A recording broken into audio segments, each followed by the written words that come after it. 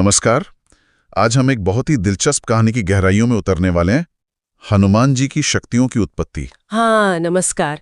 ये कहानी वाकई बहुत अनोखी है और अक्सर हम इसके मतलब मूल रूप को पूरी तरह समझ नहीं पाते। बिल्कुल, हमारे पास द जेनेसिस ऑफ हनुमान्स माइट के कुछ अंश हैं जो इस पर रोशनी डालते हैं। अच्छा। तो ये स्रोत हमें बताते हैं एक छोटे से वानर के बारे में, अंजना पर्वत के पास जंगलों में, और उसमें ना एक दिव्य चमक थी जन्म से। हाँ, अंजनी पुत्र। हाँ, मतलब कोई साधारण वानर शिशु नहीं, पवन देव, वायु के पुत्र बाल हनुमान। बिल्कुल। हमारा मकसद आज बस कहानी सुनाना नहीं है, बल्कि ये समझना है कि इस नटखट बालक को वो असीम शक्तियां मिली कैसे, है ना?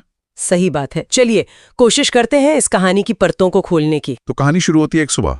बाल हनुमान जागते हैं और उनकी नजर पड़ती है उगते हुए सूरज पर। हाँ, वो लाल नारंगी सा गोला। और उन्हें लगता है कि वो कोई पका हुआ फल, जैसे कोई बड़ा सा सुनहरा आम। बिल्कुल, एक बच्ची की नजर से देखिए, उन्हें भूख लगी होगी शायद, और वो चमकदार चीज फल जैसी लगी। और फिर क्या था? अपनी उसी बाल सुलभ उत्सुकता में बिना सोचे समझे उसे पकड़ने के लिए आकाश में छलांग लगा देते हैं। कमाल है। मतलब जरा सोचिए, ये उनकी सहज शक्ति और गजब की हिम्मत का पहला सबूत था। कोई डर नहीं, सीधा सूर्य की ओर। देवताओं ने ये देखा, वे हैरान रह गए। एक नन्हा वानर बालक और सीधे सूर्य देव की ओर जा रहा है। हाँ, ये तो चिंता की बात भी थी। मतलब सूर्य का तेज कोई कैसे सहेगा? सही कहा। तो इससे पहले कि वो सूर्य के बहुत करीब पहुंच पाते, देवराज इंद्र ने उन्होंने हस्तक्षेप किया। हाँ, और उनका हस्तक्षेप काफी गंभीर था। इंद्र ने अपना सबसे शक्तिशाली अस्त्र वज्र चला दिया। वज्र? एक बालक पर? हाँ, वज्र। सोचिए, स्थिति कितनी गंभीर समझी होगी इंद्र ने, या शायद थोड़ी चिंता भी हावी हो गई होगी उस वक्त। तो वज्र के प्रहार से हनुमान मूर्छित हो गए और पृथ्वी की तरफ गिरने लगे। लेकिन उनके पिता पवन देव, जो हमेशा अदृश्य रूप से उनके साथ थे, उन्होंने उन्हें संभाल लिया, गिरने नहीं दिया। अच्छा, पर यहाँ बात खत्म नहीं हुई है ना? नहीं, बिल्कुल नहीं। यहीं से तो कहानी और गहराती है। अपने बेटे को इस हाल में देखकर वायुदेव को भयानक क्रोध आया और गुस्से में उन्होंने एक ऐसा कदम उठाया जिससे पूरी सृष्टि में हाहाकार मच गया। उन्होंने ब्रह्मांड से सारी वायु, सारी हवा खींच ली। क्या? सारी हवा? मतलब? हाँ, सांस लेना मुश्किल हो गया, सब कुछ थम सा गया, जीवन रुक गया। ये तो बहुत ही भयानक स्थिति हो गई होगी। बिल्कुल।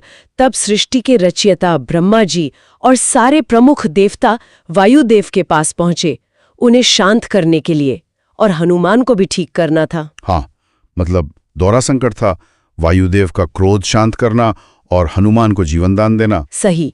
और यहीं पर इस संकट के समाधान के रूप में हनुमान को वो सारी अद्भुत शक्तियां मिली, एक तरह से वरदान के रूप में। अच्छा, यहीं पर मिले वो सारे वरदान? हाँ जी। ये सिर्फ स्थिति को संभालने का तरीका नहीं था, ये एक महान नायक के भविष्य की तैयारी भी थी। ब्रह्मा जी ने उन्हें सबसे पहले श्रापों से अभय होने का वरदान दिया। श्रापों से अभय? मतलब उनपे कोई श्राप असर नहीं करेगा? बिल्कुल, जो आगे चलकर उनकी भूमिका के लिए बहुत जरूरी साबित हुआ।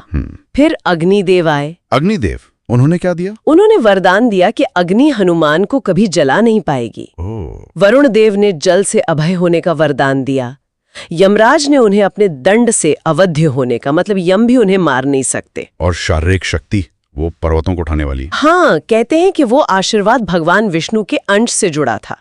उन्हें अतुलनीय शारीरिक बल, रूप बदलने की क्षमता, पर्वतों और बादलों पर चलने की शक्ति, ये सब वरदान मिले। इतने सारे वरदान, इतनी शक्तियां, और ये सब उस एक घटना के बाद? हाँ, उस एक घटना के बाद। और फिर भी उनकी मासूमियत देखिए, जब उन्हें होश आया, सारे देवता सामने खड़े हैं, इतने वरदान मिल चुके हैं। हाँ। और वो पूछते क्या हैं? तो क्या मैं अब भी उस फल के लिए जा सकता हूँ? हाँ, बिल्कुल। यही तो हनुमान है। अपार शक्ति मिलने के बाद भी वही सरलता, वही बाल सुलभ जिज्ञासा, विनम्रता और शरारत का अद्भुत संगम। सही कहा। यहीं से उनकी असली यात्रा शुरू होती है, एक ऐसे नायक का उदय जिसकी कहानी हम सब जानते हैं और जो हमें हमेशा प्रेरणा देती है।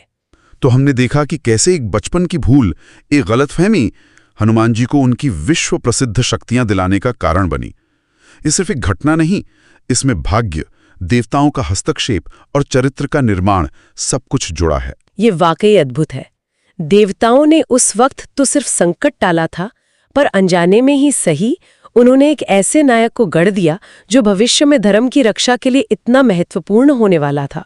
उनकी शक्तियां सिर्फ वरदान नहीं थीं, वे उनकी नियति थीं, उनके भाग्य का हिस्सा थीं। और ये सोचने पर मजबूर करता है कि बचपन में एक तरह से शरारत के बदले मिली ये शक्तियां कैसे उनके आगे के जीवन, उनके महान कार्यों की नींव बनी।